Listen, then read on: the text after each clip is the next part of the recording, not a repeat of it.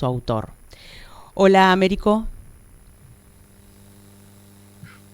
Buenas Hola, buenas tardes. tardes, ¿cómo están ustedes? Bien, bien, aquí estamos. ¿Cómo estás vos? Bien, bien, muy bien. En- Expectante, como creo que está todo el país respecto de esta época extraña que se inicia, Ajá. con muchas inquietudes, con muchas preocupaciones, pero bueno, viendo a ver cómo serán los primeros pasos de esta nueva época.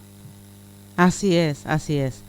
Tiempos, aires nuevos, tiempos nuevos. Veremos cómo resulta, ¿no? Esperemos que sea para el bien de todos. Ujú.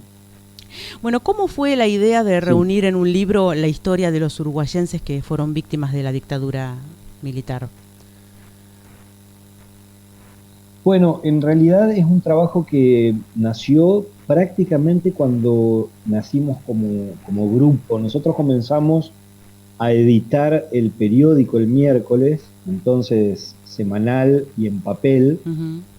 hace casi 24 años, en el año 2000. Y, y el grupo de periodistas que lo hacíamos, teníamos entre los distintos objetivos, entre las distintas ideas que alentaban la existencia de ese periódico, estaba la intención ya desde el primer momento de dar a conocer las historias de las hijas e hijos de Concepción del Uruguay que habían sido víctimas del terrorismo de Estado, Mm. porque nos llamaba mucho la atención y nos producía mucha angustia que, que nuestra comunidad no conociera ni siquiera los rostros.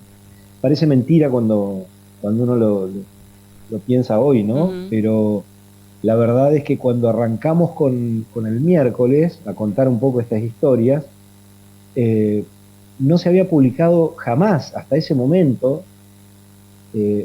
ninguno de los rostros de las personas de nuestra ciudad que habían sido víctimas de esa Ujú. etapa tan terrible. Nuestra gente no le conocía las caras e Mira, imperaba una idea de que estos sucesos solo habían ocurrido en las grandes claro. ciudades y que no afectaban a ciudades como las nuestras, ¿no?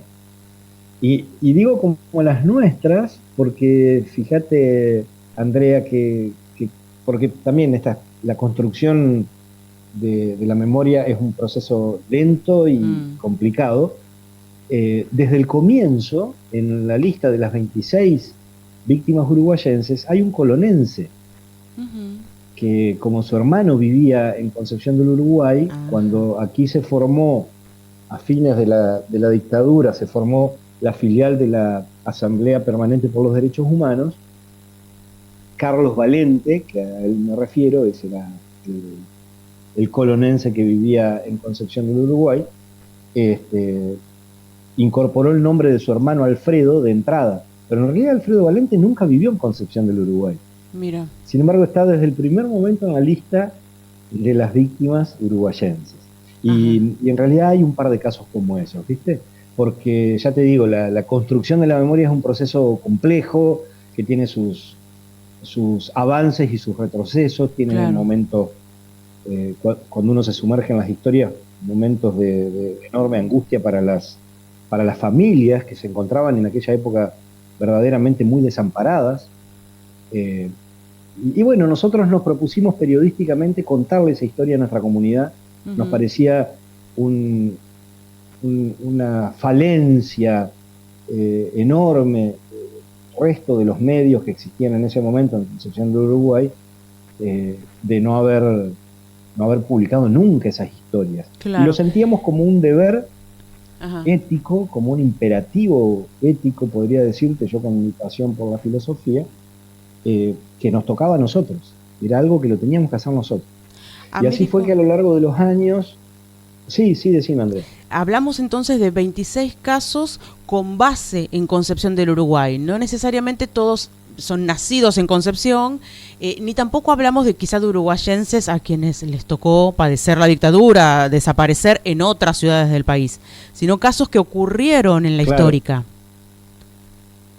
son casos que afectan a Concepción del Uruguay porque las personas protagonistas todas tienen relación con Concepción del Uruguay, pero con una serie de particularidades.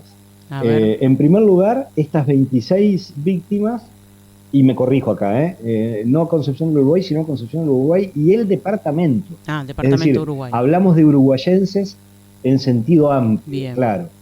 Uruguayenses de la ciudad y del departamento. Y con la particularidad muy importante, creo yo, desde el punto de vista metodológico, porque nosotros tratamos de hacer el trabajo lo más seriamente, lo más rigurosamente posible, pero al mismo tiempo intentando que no se convirtiera en un trabajo académico, sino que fuera un trabajo que cualquier vecino o vecina de nuestra ciudad o de la región pueda leerlo y pueda sumergirse en él con la tranquilidad de que va a entender y de que va a ser fluida la lectura. Pero sí fuimos muy rigurosos. Y en esa rigurosidad, un aspecto que marcamos de entrada es que las 26 historias que contamos, de esas 26 personas que fueron víctimas fatales, es decir, que aparecieron sus cadáveres o no aparecieron nunca, no volvieron jamás, tienen la particularidad en común que ninguna de ellas fue secuestrada o asesinada en el departamento Uruguay. Todas ellas residían en otros lugares. Por eso también en el libro contamos las historias de los casos que sí sucedieron en Concepción del Uruguay, que afectaron a personas que fueron detenidas ilegalmente, secuestradas, torturadas, pero que felizmente volvieron, que felizmente sobrevivieron, si no engrosarían esa lista de 26. Si no serían más. Sí. Y de hecho, esos casos generaron causas de lesa humanidad que se tramitaron en Juzgado Federal de Concepción del Uruguay y en función del cual fueron condenadas varias personas como responsables de esas detenciones ilegales y de esos tormentos. Una serie de causas que nuestro compañero, que también obviamente participa en el libro, Valentín Bisogni, cubrió a lo largo de los años con una dedicación y un cuidado y una prolijidad verdaderamente encomiables. Pero nosotros lo que queríamos era tratar de mostrar todo esto, Andrea. Es decir, por un lado, la cantidad de... Porque, a ver, por supuesto que afectaron a Concepción del Uruguay, porque las familias de estas personas, en la mayoría de los casos, vivían en Concepción del Uruguay y eran vecinos y vecinas de acá. Y estaban en la soledad más absoluta hasta que empezaron a juntarse entre ellas. Hay una solicitada notable publicada en el año 81 por 4 de las familias, y por supuesto cuando se formó la Asamblea Permanente por los Derechos Humanos se contactaron con la Asamblea, pero ya muchas de esas familias venían recorriendo de manera angustiante y verdaderamente incansable oficinas, despachos, embajadas extranjeras, representaciones eclesiásticas como por ejemplo del Episcopado argentino y hasta del Vaticano, organismos internacionales, obviamente ministerios, cuarteles, en vano, sin ninguna respuesta. Y eso también tratamos de contarlo un poco para mostrar que nosotros ponemos esa cifra, que son las víctimas uruguayenses del terrorismo de Estado, porque son las personas que no regresaron antes, te decía. Pero sí. Las víctimas son más y además... En una época... también, si vamos al caso, las víctimas son sus familias, ¿no? Exacto. Como lo que sucede tantas veces con los femicidios, que uno dice, las víctimas también es mucho más amplio, son los hijos, son los padres, toda la gente que queda. Totalmente. Y en el caso de las violaciones a los derechos humanos cometidas durante ese periodo tan terrible, que además, fíjate este otro detalle, el libro no cuenta la historia de las víctimas solo de la dictadura, porque el terrorismo de Estado empezó antes. Hay por lo menos 2 de estas 26 víctimas que fueron secuestrada una, que no apareció nunca más, y secuestrada y asesinada otra, cuyo cadáver apareció con 30 balazos, antes del golpe de Estado, bastante antes del golpe de Estado. Y donde la AAA, esa organización macabra, lúgubre, creada desde el poder por un gobierno constitucional, el gobierno de Juan Perón y de María Estela Martínez de Perón, se hizo cargo de eso, del crimen de Chilo Zaragoza, a él me estoy refiriendo. La primera víctima uruguayense del terrorismo de Estado es en en junio de 1975, Sí, o sea, sí, sí, sí. casi un año antes del golpe de Estado. Algo Exacto. parecido ocurre con Juan Uriarte y en cierto modo también ocurre con un par de víctimas más, como Miguel Domínguez, que es detenido en Córdoba en el verano de 1975 y ya nunca más, o sea, va a estar preso varios años y paradójicamente nunca estuvo desaparecido ilegalmente hasta el momento en el que fue liberado y ahí se ve que lo esperaba un comando y ahí lo hacen desaparecer. Ujú. Pero mientras estuvo detenido a disposición del Poder Ejecutivo Nacional en la Unidad Penal 9 de La Plata. También por eso es tan interesante revisar los casos y por eso para nosotros fue un trabajo doloroso, pero al mismo tiempo apasionante, por esto que vos decías recién. Viste que lamentablemente, sigue habiendo una discusión respecto de si fueron o no fueron 30.000. Eh, Esto que se conoce como el negacionismo, ¿no? Y, y yo digo, muy respetuosamente, pero digo que muchas veces las personas que tenemos un compromiso con los derechos humanos y con la memoria, la verdad y la justicia, cometemos el error de no explicar. Y hay que explicar, Mm. porque en el registro único de víctimas del terrorismo de Estado, elaborado por el gobierno de la Nación, hace ya varios años, es verdad que hay 8.000 y pico de víctimas, y no hay más que eso. Entonces, cuando los negacionistas o cuando alguien sinceramente nos pregunta, ¿pero por qué hablan de 30.000? Si en el registro que hizo el Estado, que hizo ese mismo gobierno que fue el que instaló las políticas públicas de derechos humanos, hay 8.000 y pico. ¿Por qué hablan de 30.000? Bueno, porque hay un montón de personas que fueron detenidas, desaparecidas y volvieron con vida. Entonces, es probable que sean muchas más de 30.000. Yo pongo dos ejemplos que me parecen muy claros. Nosotros en el libro, además de las historias de las 26 víctimas que no volvieron, y además de las historias de los sucesos que hubo en Concepción de Uruguay, Ujú.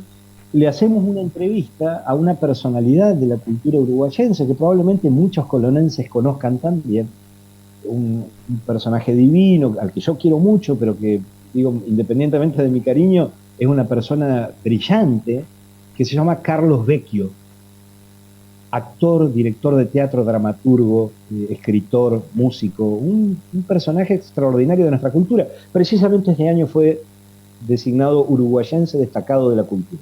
Ujú. Bueno, Carlos Vecchio es una de las personas que estuvo desaparecida, pero por suerte para él y para nosotros, él volvió. Claro. Estuvo 3 años preso en las cárceles de Arguindegui en la provincia de Buenos Aires. Entonces, Carlos es uno de los que engrosaba la lista de las 30.000 personas detenidas desaparecidas, pero Ujú. obviamente no figura en el registro de víctimas del terrorismo de Estado elaborado por el Estado porque Carlos Sí. felizmente recuperó la libertad vivo y sobrevivió. Ujú. Lo Américo, mismo ocurrió, que es el otro ejemplo que a mí me gusta poner, con Carmen Argibay, que quizás la recuerde, que fue la primera mujer en la historia argentina en integrar la Corte Suprema de Justicia. ujú. Y Carmen Argibay también fue detenida, desaparecida, pero sobrevivió por suerte. Entonces, por Sí. supuesto que no está contada en las listas. ¿Se Ajá. comprende? Sí, Es, sí. es probable que sean muchas más de 30.000. Y si a eso le agregamos lo que bien marcabas vos, Andrea, el sufrimiento de las familias, lo que debieron padecer las familias, los que murieron de tristeza, de angustia y de dolor por no encontrar a sus hijos y por no tener respuestas, las víctimas son muchas más. En cierto modo, como dijo una de los familiares asistentes a la presentación aquí en Concepción, en cierto modo toda la sociedad argentina fue víctima. Pero en Sin otro duda. sentido, a mí me gusta agregar que en otro sentido, y también en cierto modo, también los victimarios están dentro de la sociedad argentina. Ujú. Nosotros en las historias mostramos cómo en la misma familia hay personas que fueron víctimas y otras que fueron victimarios. Y en algunos casos son historias desgarradoras, porque, por ejemplo, el caso de Horacio Poggio, un intelectual uruguayense que vivía en Córdoba, autor de varios libros que recuperamos incluso y que mencionamos y incluimos las imágenes en el libro, su tío, el hermano de su papá, era la mano derecha de Arguindegui en la provincia de Buenos Aires. Arguindegui era el jefe supremo de la dictadura en la provincia de Buenos Aires. Y el tío de Horacio, que salvó a varias personas, entre otras a Carlos Vecchio, no pudo salvar a su propio sobrino porque su sobrino estaba en otra área. Estaba en Córdoba detenido, bajo la férula del general Menéndez. Y ahí Sí. él no tenía llegada. Cada Bueno, uno de los el tío de casos. Horacio, Sí. cada uno de los casos es enormemente simbólico. Y tiene un Y montón de fíjate lo condimentos. increíble, el tío de Horacio, recuperada la democracia, se suicida. Y en la familia Poggio, lo que sostienen los familiares es que Rogelio, así se llamaba, Rogelio Ramón Poggio, comandante mayor de gendarmería, mano derecha de Arguindegui, que salvó a varios uruguayenses detenidos ilegalmente en la provincia de Buenos Aires, se suicidó porque no pudo salvar a su propio sobrino. Mm. Américo, me quedé sin tiempo, pero te quiero preguntar por último por los retratos de las 26 víctimas, que es un dato que me pareció muy significativo en el libro, ¿no? Que aparezcan retratadas por diferentes artistas de nuestra región. Así es, así es. Nos parecía una forma de darle también vida, riqueza y valor artístico a estas historias, y convocamos a nuestros creadores y creadoras, y felizmente para nosotros la respuesta fue inmediata y unánime. Todos dijeron, por supuesto, contá conmigo, y cada uno de ellos, salvo un par de excepciones que hicieron uno, la abrumadora mayoría hicieron los retratos de dos de las Ajá. víctimas. Entonces en el libro están a página completa los retratos de cada uno, y es el fotomontaje de todas las imágenes que se puede ver en la En tapa. la tapa, sí. Esa muestra de los retratos sigue, digo, por si alguien viene por Concepción del Uruguay, sigue expuesta en el ala sur del Museo Artemio Alicio, que está en el hall del Auditorio Municipal de Concepción del Uruguay, del Auditorio Grande. Siguen expuestas ahí y es una experiencia muy potente ir a verlas, ver los retratos de todos ellos juntos, ver la calidad, los distintos estilos, las distintas técnicas de nuestros artistas, dándole vida, diciéndole a cada uno de ellos, no te olvidamos. Perfecto. Bueno, Américo, gracias por compartir con nosotros algo de lo que hay en tu libro y por compartirlo con tanta pasión, porque es un tema sin duda que así lo requiere. Gracias a vos, Andrea, por el interés. Felicitaciones por el programa, por la dedicación a lo cultural y a los autores nuestros. Y bueno, y el saludo para toda la audiencia. Bien, y todos invitados entonces a leer siempre conmigo la historia de las víctimas uruguayenses del terrorismo de Estado. Te mando un abrazo. Otro para ti, gracias. Chao. Por Radio 12 pasó Américo Schwartzman, periodista, escritor. Hemos compartido con él algo sobre su último libro relacionado a la dictadura militar, al terrorismo de Estado, como él bien dice, porque algunos casos ocurrieron antes de 1976. Aquí en Colón podés encontrar este libro en Casa Bertoldi, 12 de abril 213. Los invito a seguir las redes sociales, ahí todas las novedades los encontrás como Casa Bertoldi.